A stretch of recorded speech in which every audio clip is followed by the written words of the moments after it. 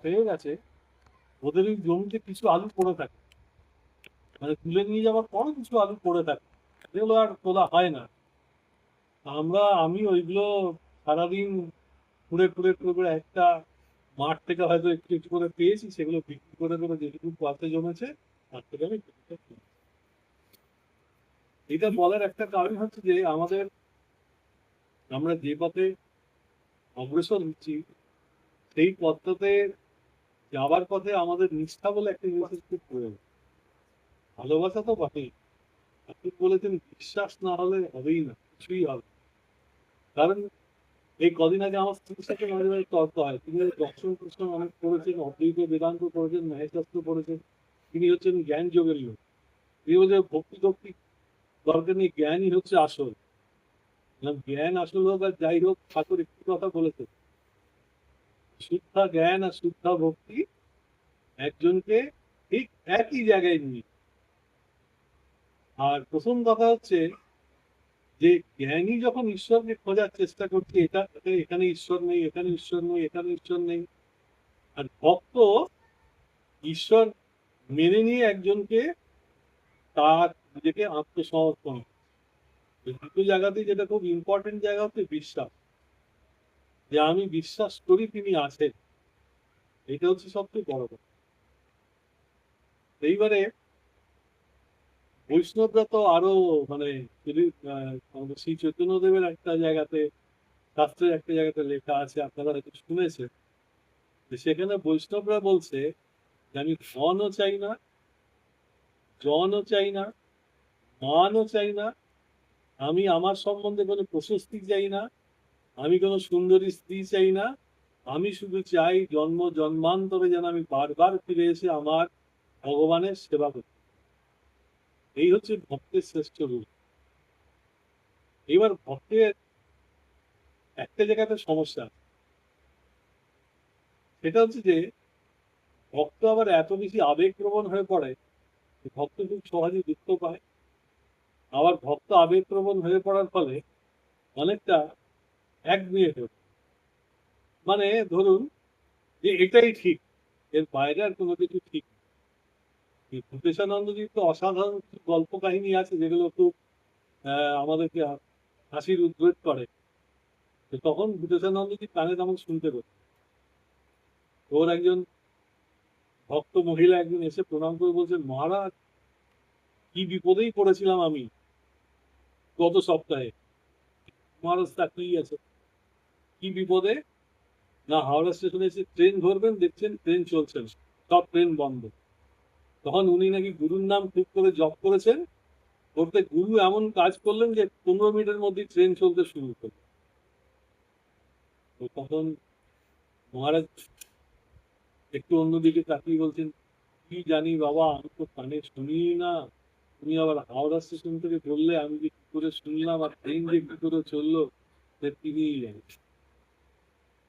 আবার ভরত মহারাজের একটা কাহিনী আছে, সেটা মহারাজের কাছ থেকে শোনা, ইউটিউব থেকেই শোনা। একজন এসে বলছেন, মহারাজ কি বিপদে পড়েছিলাম, কাল তো আমার প্রাণ চলেই যেত, ঈশ্বর ছিলেন বলে আমি বেঁচে গেছি। ভরত মহারাজ বলছেন, এটাও জেনে যেত, প্রাণটা যদি যেত সেটাও ঈশ্বরের জন্যই যেত।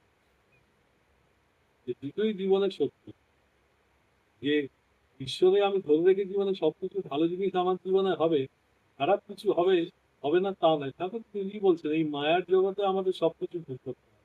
ঠাকুরকে ভোগ করতে হয়েছে তার জীবনে, ঠাকুরকে কম কিছু ভোগ করতে হয়নি। লোকে লাঠি মেরে চলে গেছে, তার পিঠে কয়লার আগুনের ছ্যাঁকা লেগেছে, তিনি বুঝতেই পারেননি, সেটা ভোগ তো তার হয়েছে। পড়ে যে হাড় ভেঙেছেন, সে নিয়ে ভুগেছেন।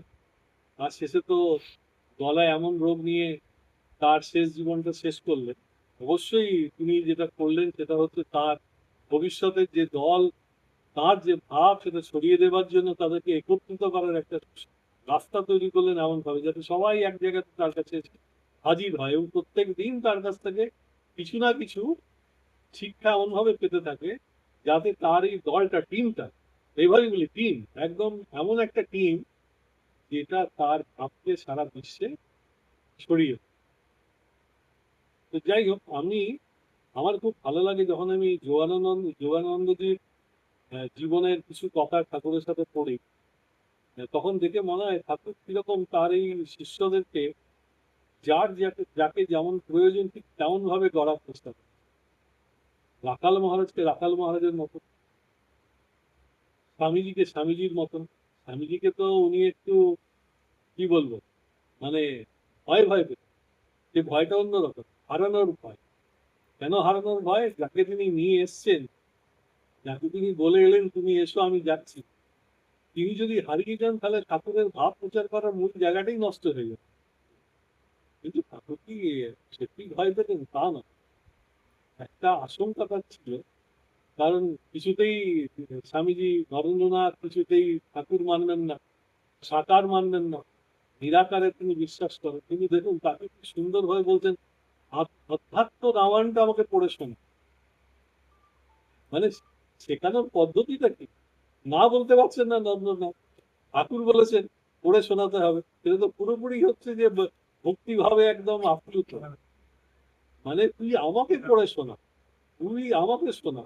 কিন্তু ও নিজে ওই ভক্তি ভাবাপন্ন যে শাস্ত্র সেটা পড়ছে, কিন্তু বলছেন না তুই এটা পালন কর বা তুই এই পথে আয়, একদম বলছেন। ধৈর্য ধরে রয়েছেন, কিন্তু শিখিয়ে যাচ্ছেন ঠিক মতো। যোগানন্দজির ক্ষেত্রে আমার খুব মজা লাগে দুটো জায়গাতে। সেই যোগানন্দজি যখন একবার নৌকো করে আসছেন, কিছু লোক বলা বলি করছে ঠাকুর সম্বন্ধে, যা হয় জেনারেলি। আমরা আজকে ঠাকুর ঠাকুর করছি, মা মা করছি, স্বামীজিকে নিয়ে আমরা কত কথা বলছি, তো তখন কটা মানুষ চিনত? এই মহেন্দ্রনাথ দত্ত বলছেন যে ঠাকুর যখন ওদের ওখানে যেতেন তার আগে সবাই লোককে গাল পাড়তো এই বলে, ও তুই ওই পাগলা বামুনদের কাছে যাস, এই বলে। মানে পাড়ার লোকেরা কেউ যদি জানতো যে এ ওখানে গেছে, তো তুই পাগলা বামুনটার পাল্লায় পড়েছিস, এইভাবে। রামচন্দ্র দত্ত যখন তার বাড়িতে ঠাকুরকে নিয়ে আসা শুরু করলেন, তখন দেখা গেল যে প্রথম দিকে একজন দুজন লোক হচ্ছে, পরে আজ এই কৌশিকের বাড়ি দেখে মনে হচ্ছে যে জানলা দিয়ে লোক উঁকি মারছে, জানলায় লোক দাঁড়িয়ে রয়েছে, রাস্তায় লোক দাঁড়িয়ে রয়েছে, এমন অবস্থা। তখন আবার ওই এলাকাতে যদি কেউ এসে ঠাকুরের সম্বন্ধে কেউ কিছু বলে, তো সবাই আস্তিন দিয়ে রেডি তাকে মারবে বলে। তার প্রভাব। এবং মহেন্দ্রনাথ একটা খুব বড় কথা বলেছে, যেটা যে কোনো খুব অধ্যাত্ম পুরুষের কাছে গেলে, বা আপনারা যখন এমন কোনো জায়গায় যান যেখানে কোনো আধ্যাত্মিক শক্তি রয়েছে, তখন আপনারা সেখানে ফিল করতে পারবেন যে এখানে বোধহয় চুপ করা থেকে শুধু এখানকার সবকিছুকে অনুভব করাটাই হচ্ছে কাজ। তো ওখানে বলছেন যে ঠাকুর চলে যাওয়ার পর 3 দিন ধরে গোটা এলাকায় যেন একটা কিরকম ভাব ঘুরে বেড়াতো, যে আমরা কোনো খারাপ কথা বলা, খারাপ কাজ করা, এগুলো ভাবতেই পারতাম। মানে প্রভাবটা এই পর্যন্ত চলে গেছে। তাহলে কজন মানুষ ছিল? কেশবচন্দ্র সেন লিখলেন বলে কেউ কেউ জানতে পারলে, ব্রাহ্মরা তো তবু বিশ্বাস করত। বরঞ্চ ব্রাহ্ম ভক্তরা এসে দু তিনজন এসে ঠাকুরকে বলেছেন, আপনি মশাই এক কাজ করুন, আপনি যখন এতই সাধনা সাধনা করছেন, আপনি কেশবচন্দ্রের কাছে এসে ভিক্ষাটা নিয়ে নেন, ওর দলের অন্তর্ভুক্ত হন। এরকম কথাও ঠাকুরকে শুনতে হয়েছে। আর সে নিয়ে ঠাকুর খুব মজাও করেছে। তো ঘটনা হচ্ছে যে আজকে আমরা ঠাকুরকে জানতে পারছি, তার ভাব চারপাশে ছড়িয়ে পড়ছে, মঠ মিশন তার ভাবকে চারপাশে ছড়িয়ে দিচ্ছে। আর তার জন্যই ধরুন আজকে চারপাশে একটা একটা করে ছোট ছোট সংগঠন তৈরি হচ্ছে, যেখান থেকে একটা করে আশ্রম গড়ে উঠছে। তার সাথে সাথে আমাদের দায়িত্বও দেবো। আমি ভক্তদের কথা বলছিলাম, তো আরেক ভক্ত আছে, আমি তার কথা জানি, তিনিও ভূতেশানন্দজির খ্রিস্টান। তা প্রথম প্রথম ভক্ত, বাড়ি থেকে কেক বানিয়ে নিয়ে গেছেন ওর জন্মদিনে। তো জেনারেলি প্রেসিডেন্ট মহারাজদের কাছে যদি কেউ কিছু নিয়ে যায়, উনি কি সব কটা চেখে দেখবেন? তারপর উনি নিয়েছেন, পাশে রেখে দিয়েছেন। তো তার এমন অভিমান হলো যে আজ পর্যন্ত উনি আর ঠাকুরমা স্বামীজির কোনো মন্দিরেও যান না। ভক্তদের নিয়ে এও এক মিষ্টি, ভক্তরা যুক্তি দিয়ে কিছু বোঝে না, সবকিছু বোঝে তার ভাব দিয়ে, তার অনুভূতি দিয়ে, হ্যাঁ তার মানসিক প্রবণতা দিয়ে বোঝার চেষ্টা করে। এই কথাটা বলার কারণ কি জানেন, আমি এমনও দেখেছি যে আমরা অনেক সময় আমাদের মহারাজদের সাথে হয়তো আমরা হয়তো কোনো মহারাজের কাছ থেকে খারাপ ব্যবহার পেলাম, আমরা সঙ্গে সঙ্গে ধরে নিই গোটা রামকৃষ্ণ মিশনই খারাপ। কোনো জায়গায় একটু বাধা পেলাম, ধরে নিই সবটাই খারাপ। আসল ব্যাপার হচ্ছে কি যে আমরা কখনো ভেবে দেখি না যে একজন মানুষ তার জীবনটাকে উৎসর্গ করছেন তার আত্মীয় পরিজন সবকিছুকে ছেড়ে দিয়েছেন মিশন, এবং তিনিও কিন্তু একটা প্রসেসে আছেন। তিনি তখনই তার আধ্যাত্মিক জীবনে যে তিনি অনেক দূরে এগিয়ে গেছেন তা নয়, তিনি ওই কাজের মধ্যে দিয়ে ধীরে ধীরে ধীরে ধীরে এগোচ্ছেন ওপরের দিকে। তো প্রত্যেকটা স্তরে তার ক্ষেত্রেও এক একটা করে চ্যালেঞ্জ আসে, তার জীবনেও কিছু ঘটনা আছে যেটা হয়তো তাকে বিক্ষুব্ধ করে, তখন তার হয়তো আমাদের প্রতি ব্যবহার হয়তো খানিকটা রূঢ়তা প্রকাশ পায়। তখন আমার মনে হয় উনি আমাকে বেশি ভালোবাসছেন না ওকে বেশি ভালোবাসছেন। এরকম ঘটনা ঘটে, ভক্তরা খুব হিংসুক। ভক্তরা চায় যে ঈশ্বর আমাকেই দেখুক, আর কারোর থেকে যেন দৃষ্টি না ফেরে। এটা স্বাভাবিক। তো যাই হোক, তো যোগানন্দজি যখন একদিন আসছেন দক্ষিণেশ্বরে, যা হয় যে কথা নিয়ে শুরু করেছিলাম যে ঠাকুরের তখনকার পরিস্থিতি, বলছে ওই তো দীপ্তি আছে দক্ষিণেশ্বরে রাসমণির বাগানে, খাচ্ছেন যাচ্ছেন আর যুবকদের মাথা চিবচ্ছেন, এই তো কাজ। তো যোগানন্দজি এমনি খুব শান্ত স্বভাবের ছিলেন। ভাবছেন এরা কতটুকু আর মহারাজকে জানে, আমার ঠাকুরকে তিনি আর কতটুকু জানেন, এরা তো এরকম বলবেনই। উনি আর কিছু বলেন। দক্ষিণেশ্বরে এসে আবার ঠাকুরকে সেটা বলেছে যে জানেন তো এরকম বলছিল, বলে কি রে, হ্যাঁ, গুরু নিন্দা হলো, শাস্ত্রে বলেছে গুরু নিন্দা করলে তার শিরচ্ছেদ করতে, অন্তত সেই স্থান ত্যাগ করে চলে আসতে, আর তুই কিনা গুরু নিন্দা শুনে চলে এলি আবার আমাকে বলছিস। আমার এটা উল্টো ঘটনা আমার। সেটা হচ্ছে দক্ষিণেশ্বরে একজন মহিলা গঙ্গা স্নান করে ফেরার পথে ঠাকুরকে প্রণাম করে, তার সম্বন্ধে সুখ্যাতি তেমন ছিল না। সভাপতি দক্ষিণেশ্বরের আশপাশের লোকেরা এই নিয়ে একটু ফিস আমাদের যা হয় একটা সুযোগ পেলে এই নিয়ে আলোচনা করা এসব চলছে। যোগানন্দজি এটা শুনতে পেত, যোগানন্দজির সামনে কেউ কেউ বলেছে, তখন যোগানন্দজি বলছে তোমরা দেখে নাও, যাচাই করে নাও, দেখো তোমরা যে এটা ঠিক কিনা, তোমরা এই যে কথাগুলো বলতে গেলে ঠিক কিনা যাচাই করো। তোদের মধ্যে একজনকে সেই মেয়েটিকেই জিজ্ঞেস করছে, মেয়েটিকে জিজ্ঞেস করছে, মেয়েটি বলছে দেখো আমি আমার জীবন নষ্ট হয়েছে তা বলে কি আমি একজন এরকম দেবতার মতন পুরুষের আহ সম্মান নষ্ট করতে পারি, না তার যে তিনি যে প্রণম্য সেটাকে আমি নষ্ট করতে পারি। তো সেটা নিয়েও আবার যোগানন্দজি এসে ঠাকুরকে বলছেন জানেন তো এরকম একটা ঘটনা। আবার ঠাকুর কি বলছেন, এইসব আজে বাজে কথা নিয়ে সময় নষ্ট করিস না। মানে দেখুন সব রকম তাকে বোঝাচ্ছে যে এক হচ্ছে আজে বাজে কিছু কথার মধ্যে না থাকাই ভালো, আর ওদিকে বলছেন গুরু নিন্দা হলো, সেখানে শিরচ্ছেদ করার কথা, চলে আসার কথা তুই কিছু বললি না, এরকম ঘটনাও বলছে। তো যোগানন্দজি প্রথম ঘটনাটা তো আপনারা জানেন, যে ঠাকুরের সাথে পরিচয় প্রথম ঘটনা মনে আছে আপনার? হ্যাঁ, সেটা হচ্ছে বাগানে। বাগানে বাগানে ঠাকুর ওই যেরকম ঠাকুরের তো গায়ে জামা কাপড় প্রায় থাকতোই না, তো সেই নিয়ে বাগানে ঘুরে ফুল তুলছে। তো যোগানন্দজি প্রথম তার পরমহংসদেবের খোঁজে আসছে, তো ভেবেছেন যে বাগানের এই হচ্ছে মালিক, তাকে বলেছে তুমি দু একটা ফুল তুলে দাও, ভালো দেখে ফুল তুলে দিতে বলেছে। এবার তিনি ফুল তুলে দিয়েছেন, কিছুই বলেননি, চলে গেছে। এবার যোগানন্দজি যখন খুঁজে খুঁজে ওর ঘরে এসে দেখেন যে তিনি তো ওখানে বসে সবাইকে কত কি বলছেন, সবাই তলায় বসে মদ দিয়ে শুনছে, তখন বুঝেছেন যে আমি যাকে মালি বলে ভেবেছিলাম তিনি পরমহংসদেব।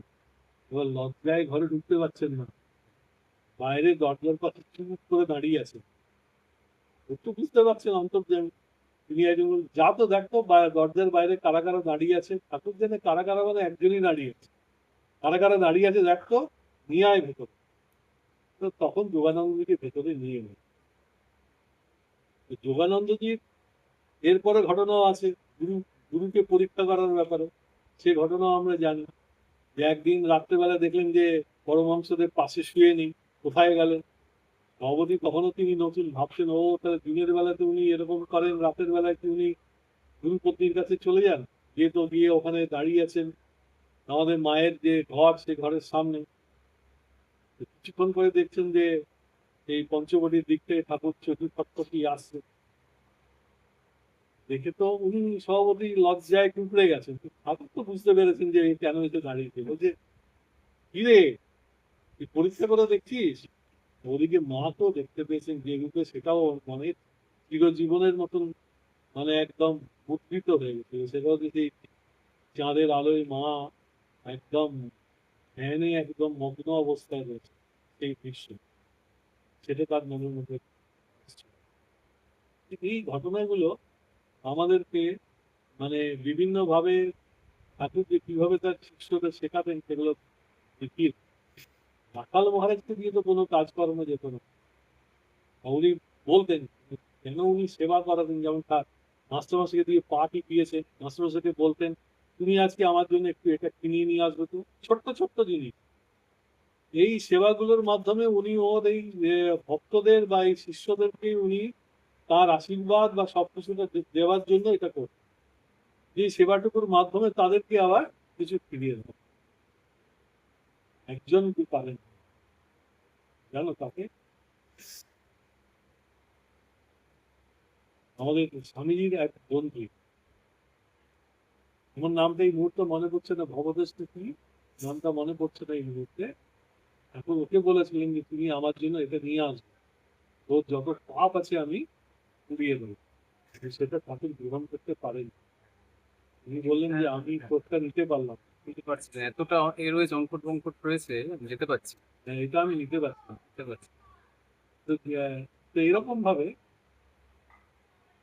আমার আমাদের ভক্ত হিসেবে আমাদের সবসময় আমাদের যে আমার যেটা মনে হয়েছে, বিশেষ করে আমি ভাবপ্রচার পরিষদে আছি বলে, যে আমাদের আমাদের এই যে প্রত্যেকটি আশ্রম, এই প্রত্যেকটি আশ্রম হচ্ছে আমাদের মঠ মিশনের একটা এক্সটেন্ডেড একটা ইনস্টিটিউশন বা একটা আশ্রম। এটা যেন রামকৃষ্ণ মঠ মিশনেরই একটা অংশ। তাহলে তাই যদি হয়, সেখানে আমাদের নিজস্ব পিউরিফিকেশন মানে পবিত্রতা হচ্ছে একটা খুব ইম্পর্টেন্ট। যে আমরা যদি সেই পবিত্র ভাবকে ধরে রাখতে না পারি, তাহলে আমরা ঠাকুরের ভাবকে সঠিকভাবে ধরতে পারি। দেখুন, আমি দেখেছি ভক্ত তো কত রকম হয়। আমি একজনকে দেখেছি রায়গঞ্জে, কি শীত কি গ্রীষ্ম কি বর্ষা, ঠিক ভোর 4টের সময় চলে আসেন, এবং শুকনোর দিন আপনি শুনতে পাবেন তখন থেকে যে উনি গোটা এলাকাটা ঘাঁটিয়েছে, গোটা এলাকাটা ঘাঁটিয়েছে। 2 ঘন্টা ধরে ঝাঁট দিয়ে পরিষ্কার করে গুছিয়ে মহারাজকে প্রণাম করে, মন্দিরে প্রণাম করে, মহারাজকে প্রণাম করে বাড়ি চলে যেত। এই যে সেবা, এই সেবাটা তো আমি বারবার জিজ্ঞেস করছি, বলে যে ঠাকুর মাকে তো আমি এসে আর কিছু সেবা দিতে পারি না, আমি এইটাই সেবা আমি দেবার চেষ্টা করি। এই যে জায়গাটা ভক্ত হিসেবে আমরা এসে পাঠচক্র করছি, আমরা বিভিন্ন অনুষ্ঠান করছি, তার সাথে সাথে আমরা ঠাকুরমার ওই মন্দিরের কতটুকু একটু পরিষ্কার করছি, ইভেন একটা পাতা কি একটা কোনাতেও যদি আমি তুলে সরিয়ে দিই, সেটাও একটা সেবা। এই সেবাগুলো আমাদেরকে ক্রমশ তার কাছে নিয়ে যেতে সাহায্য করে। কারণ তিনি যে ভাবকে ছড়িয়ে দিতে চেয়েছেন, আমরাই একদিন সেটাকে হয়তো আরো বেশি এগিয়ে নিয়ে যেতে পারবো। তাই আমাদের এই ব্যাপারগুলোর দিকে অনেক বেশি যত্নবান হওয়া খুব প্রয়োজন। আর আমরা তো এটা এটা সবাই জানি যে ঠাকুরকে মাস্টারমশাই যে 3টে প্রশ্ন করেছেন তার জীবনের প্রথম, সে 3টে প্রশ্ন হচ্ছে একজন মানুষ যিনি ঈশ্বরকে খুঁজছেন তার সবচেয়ে মৌলিক প্রশ্ন, ঈশ্বরকে কি করে পাওয়া যেতে পারে। দেখুন, শঙ্করাচার্য বলছেন যে মনুষ্য জন্ম পাওয়াটাই একটা বিশাল আশীর্বাদ। কারণ অন্য কোনো প্রাণীর পক্ষে এই ঈশ্বর সম্পর্কে ধারণা করা বা নিজের ভেতরে যে ঈশ্বর আছেন সেই চেতনকে অনুভব করার শক্তি আর কোনো জীবের মধ্যে নেই। অতএব এই মনুষ্য জীবন হচ্ছে আমাদের সবচেয়ে বেশি মানে যাকে বলে অতি গুরুত্বপূর্ণ একটা জীবন। এবং তারপরে বলছেন যে এর মধ্যে থেকে যাদের মধ্যে মুমুক্ষুত্ব পাওয়া, মানে এই মোক্ষ লাভের ইচ্ছে, যদিও সেটাকে আবার বৈষ্ণবরা মোটেও পছন্দ করে না বা অনেকে করেন না, বলে মোক্ষ লাভটা হচ্ছে স্বার্থপরতা। সে শুধু নিজের মুক্তির কথা চিন্তা করছেন, যেটা স্বামীজিও বলেন। মুক্তি সবার সাথে আমার মুক্তি, স্বামীজি বলেছেন না যে যতক্ষণ পর্যন্ত না একজনের একটি প্রাণীরও মুক্তি হচ্ছে ততবার আমি ঘুরে ঘুরে আসবো। তো যাই হোক, শঙ্করাচার্য যেটা বলছেন তার সাথে বলছেন যে সৎ গুরুর সঙ্গ করা। এখন আমরা সদ্গুরু, আমরা যারা দীক্ষা নিয়েছি, আমরা গুরুর কাছে দীক্ষা পেয়েছি, আমরা যখন তার কথা মেনে ধ্যান জপ করছি তখন আমরা তার কাছেই আছি। এছাড়াও আমাদের কাছে বিভিন্ন বই, যে বইগুলো আমাদেরকে এই সদ্গুরুর কাজটা করতে সাহায্য করে, এই সদ্গুরুর সংস্পর্শে আসতে সাহায্য করে। যেরকম আপনারা এটা অবশ্যই জানেন যে কথামৃত যখন পাঠ হয় তখন আপনার প্রতি মুহূর্তে প্রতিটা লাইনে অনুভব করেন ঠাকুর আপনার সামনে উপস্থিত। মাস্টারমশাই এমন ভাবে এটা লিখেছে, যে লেখাটা, মানে আজকে এই লেখাটা কোনো ধর্মে নেই, কেন নেই, মানে এইরকম, মানে যাকে বলে গুরু বলছেন আর লেখা হচ্ছে, এটা কারো ক্ষেত্রে ঘটেনি। যীশু খ্রিস্টের সময়ও ঘটেনি, বুদ্ধদেবের সময়ও ঘটেনি, আর আপনি যদি মোহাম্মদের সময়ও ঘটেনি। মোহাম্মদের তো সব শুনে, সব শুনে শুনে মনে রাখার কথা, লেখা হয়নি। লেখা হয়েছে তার অনেক পর। আমাদের চৈতন্য মহাপ্রভু প্রভুর ক্ষেত্রে একজন কবি, তিনি একমাত্র তার জীবন সম্বন্ধে কিছুটা লিখেছেন, বাকি সবই লেখা হয়েছে 150-200 বছর পর। স্বভাবতই আমাদের এই লেখাগুলোর মধ্যে কিছু ভ্রান্তিও ঢুকে পড়া খুব স্বাভাবিক। তবুও যখনই কোনো আধ্যাত্মিক বই আপনি পড়বেন তখনই আপনি দেখবেন তার মধ্যে আপনি সবসময় সেই আধ্যাত্মিক পুরুষের ভাবকে আপনি অনুভব করছেন। আমরা এই দিদির যখন বললো যে আমরা যখন আজকে সবাই এখানে বসে আলোচনা করছি, অ্যাকচুয়ালি সত্যি কথা বলতে আমি আপনাদের কি দিতে পারছি সেটা বড় কথা নেই, কিন্তু আমি যখন একটা করে কথা বলছি তখন আমার মনে হচ্ছে আমি যেন একটা করে কথা শিখছি, আমি যেন শিখছি। যখন বলছি তখন মনে হচ্ছে আমি যেন শিখছি যে ঠাকুর এগুলো বলেছেন, তুমি কি করছো? মনে মনে আমারই প্রশ্ন যাচ্ছে যে তুমি কি আদৌ এগুলো করছো, না শুধু মুখে বলার জন্য বলছো? কারণ ঠাকুর একটা কথা বলেছেন বারবার, তার সময়কার পণ্ডিতদের বলেছেন, তুমি যতক্ষণ না তাকে অনুভব করেছো ততক্ষণ পর্যন্ত তুমি তার সম্বন্ধে কিছুই বলতে পারো না। তোমার পক্ষে বলা সম্ভব না। সেই অনুভূতি এলেই তবে বলা সম্ভব। যেটা কেশবচন্দ্র সেন একটা ভাব পর্যন্ত গেছিলেন বলে তিনি একটা দল গড়তে গেলেন, এরকম ভাবে সম্ভব, তাছাড়া এটা কখনোই সম্ভব হয়ে ওঠেনি। কিন্তু আমি বারবার আমি সব জায়গাতে বলি যে আমরা এতবার কথামৃত পাঠ করছি বা আমরা রামকৃষ্ণ লীলা প্রসঙ্গ, শ্রী শ্রী রামকৃষ্ণ লীলা প্রসঙ্গ পাঠ করছি, শুনছি, আমরা সারাদিনে এটা ভাবছি কতটুকু। কারণ দেখুন আমরা সবাই সাংসারিক জীবনের মধ্যে আবদ্ধ, এটা মানতেই হয়। কিন্তু এর মধ্যে দেখুন স্বামী এই জন্যই একটা কথা বললেন যে নিজের আত্মার মুক্তির জন্য জগতের হিতের জন্য কাজ করি।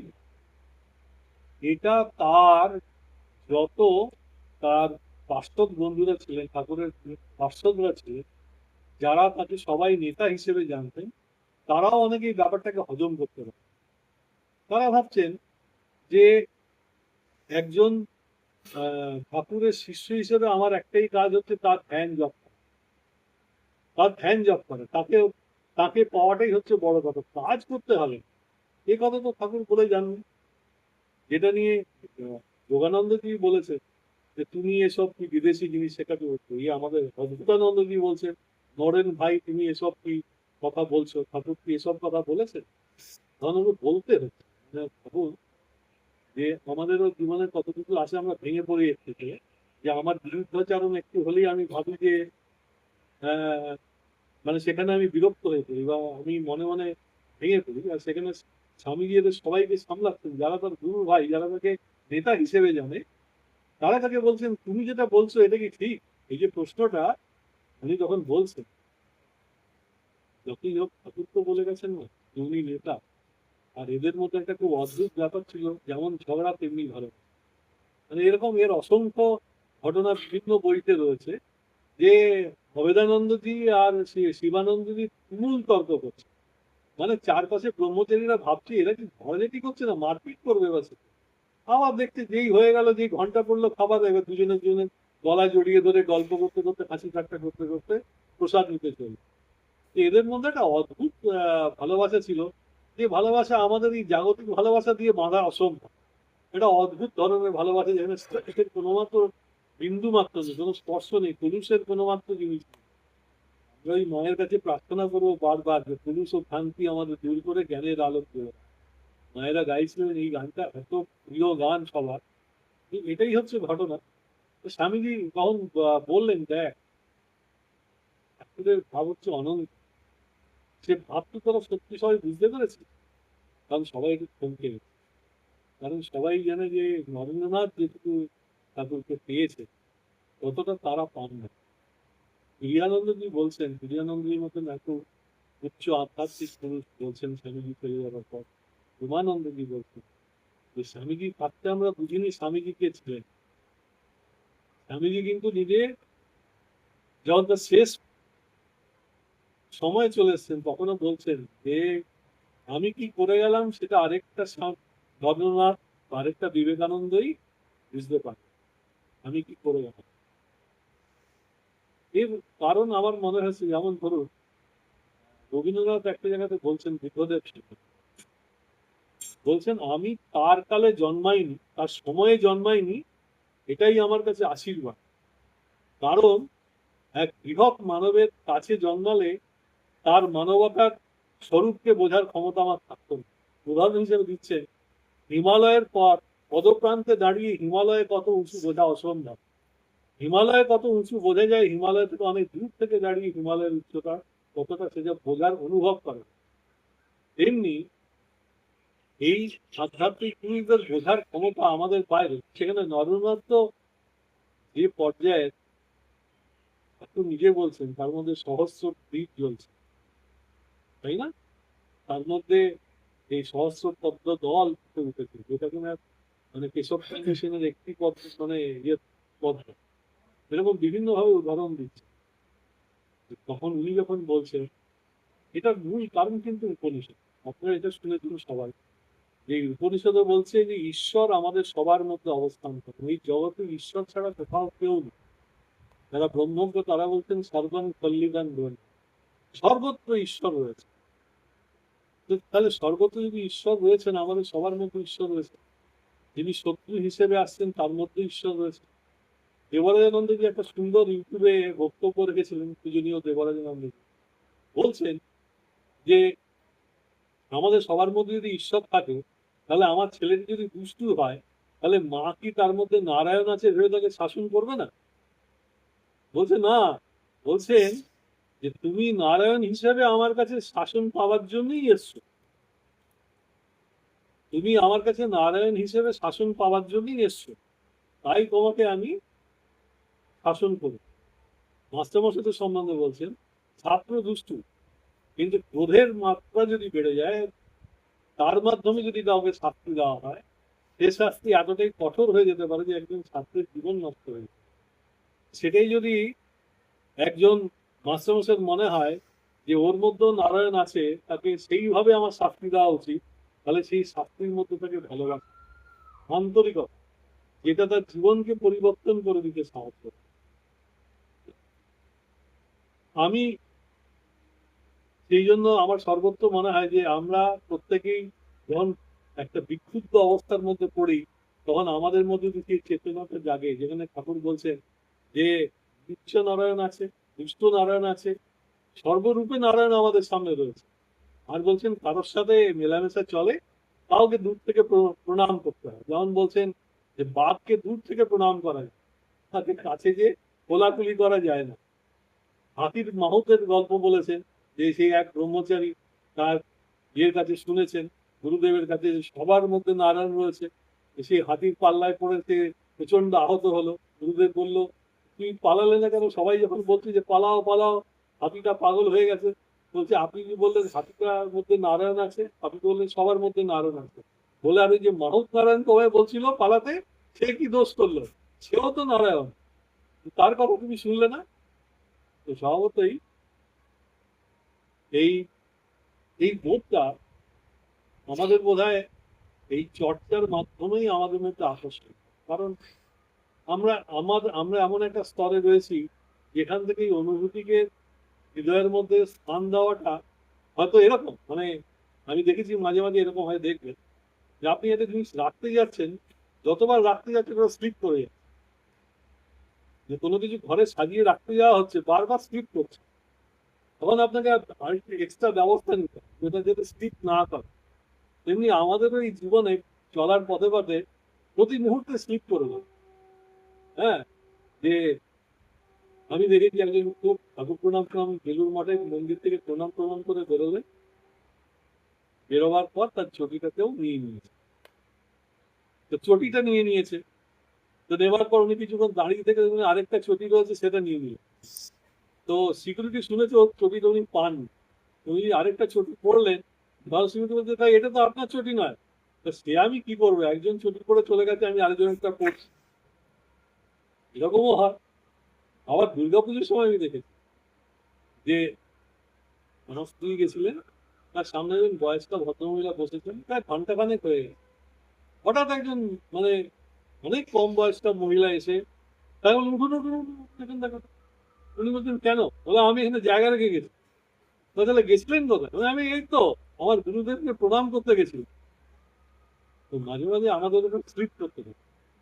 সেই জন্য আমাদের এরকম এই যে আজকে এত সুন্দর পরিবেশে এই আলোচনা হচ্ছে, বা আপনারা যখন পাঠচক্র করেন বা যখন গান করেন, গানের মাধ্যমে বোধহয় সবচেয়ে কাছে পৌঁছানো যায় আমাদের এই গুরুদের কাছে, বা আমাদের এই ইষ্ট দেবতার কাছে সবচেয়ে কাছে পৌঁছানো যায় গানের মাধ্যমে। এটাই হচ্ছে আমাদের বার্তা। আর দেখুন, সত্যি কথা বলতে আমরা সবাই রামকৃষ্ণ পরিবারের অন্তর্ভুক্ত। আমাদের কৃতিকার বলে গেছেন আমাদের মধ্যে কেউ ছোট বড় নেই, আমাদের মধ্যে কোনো ভেদাভেদ নেই, আমরা সবাই হচ্ছে রামকৃষ্ণ পরিবার। আজকে এইটুকু বলেই আপনাদের কাছে আমি প্রার্থনা করবো যে আমাকে যদি ছেড়ে দেন আমি খুব উপকৃত হব।